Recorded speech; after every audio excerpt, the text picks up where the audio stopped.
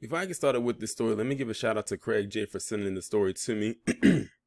And when I first read the headline, I said, this story sounds awfully familiar. It sounds like a story that I came across a couple years ago. And I was like, this is well, not dub S, but more like white privilege on full display. And when not getting your way goes deadly. So, bring you up to speed, in this picture, you see on the left Thomas Gilbert Jr., and on the right is his dad, Thomas Gilbert Sr.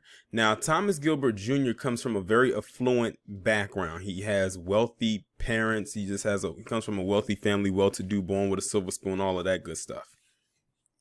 And this guy had pretty much had the world in his fingertips. He went to Princeton and everything, graduated and whatnot, but it still wasn't enough for him because he was actually receiving a weekly allowance. I kid you not, this guy was receiving a weekly allowance way past the age of a person who usually gets an allowance, which is usually a childlike age. And this guy was still receiving an allowance well into his adulthood and even still going on to his adulthood. The rift came when one day his dad decided to cut his allowance down. He did not completely cut the allowance out.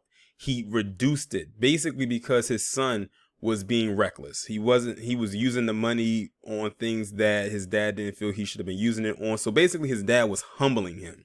But I also said at the time when I talked about this story was that this is what happens when you coddle your children, because then they'll never grow up. It's almost like the Peter Pan effect, with the Peter Pan and the Lost Boys and him not wanting to grow up and become an adult or become a man. It's sort of like this. So Thomas Gilbert Jr. felt offended by that and decided that, okay, you're going to reduce my allowance. I'm going to cut you out of the union. And that's exactly what he did, because Thomas Gilbert Jr. ended up killing his father because he reduced his allowance. And Thomas Gilbert Jr. is now 31. Now, he did this a couple years ago. This isn't something that just happened. He's been in jail for quite some time now for this crime, but he wasn't sentenced with anything as of yet. So he was already convicted and whatnot.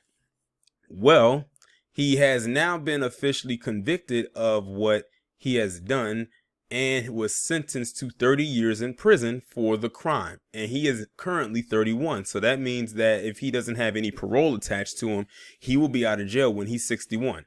Personally, he should have got life in prison without the possibility of parole. But he has two things working for him. One, he's a white male.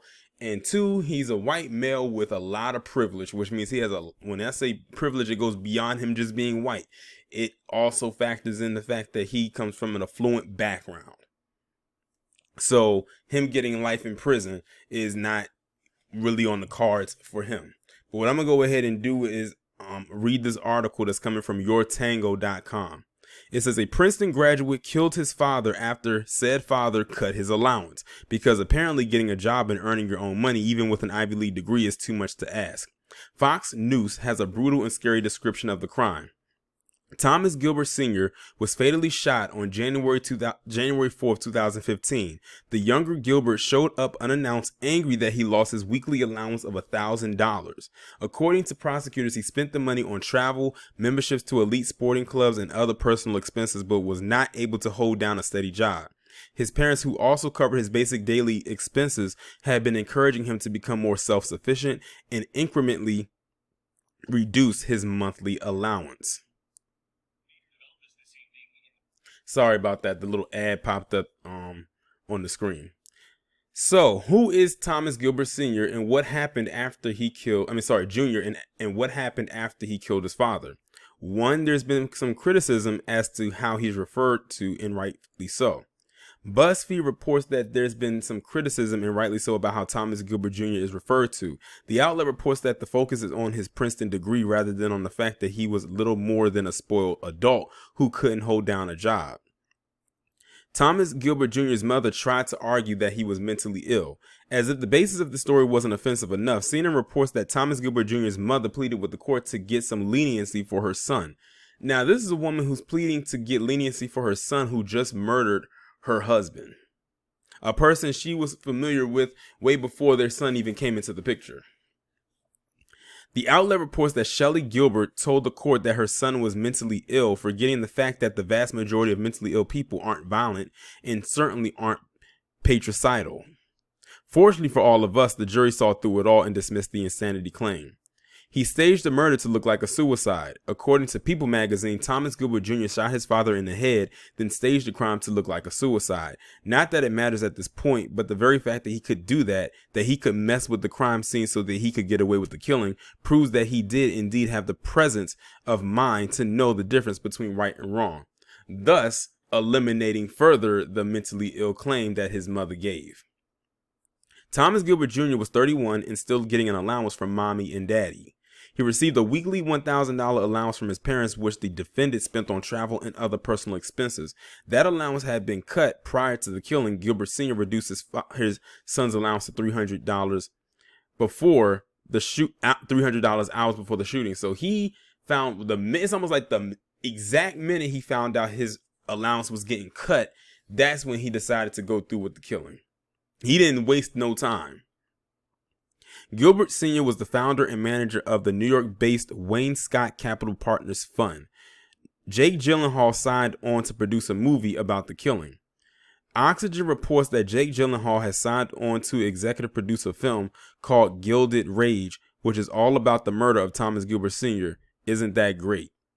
Oxygen also reports that prior to his conviction, Thomas Gilbert Jr. stood to inherit money from Thomas Gilbert Sr.'s will. The judge sentenced Thomas Gilbert Jr. to life in prison with a chance of parole after 30 years. Then I don't know. Oh, you know what? I read that wrong. Okay. I have to go back and retract something. So he didn't get 30 years. I saw 30 years on the bottom of the screen, but I didn't notice that it said sentenced to 30 years to life. I missed that part right there. So he will be getting life in prison with a possibility of parole after 30 years. So that means he cannot go for parole until he's 61, not him just getting 30 years in prison. So let me correct myself. You knew exactly what you were doing, the judge told him. You were not insane at the time you killed your father. You were not insane then, and you're not insane now. Mr. Gilbert, clean-shaven and wearing an orange jail uniform, stared ahead without emotion as Justice Jackson sentenced him to life, reported the New York Times. And that's the entire article right there.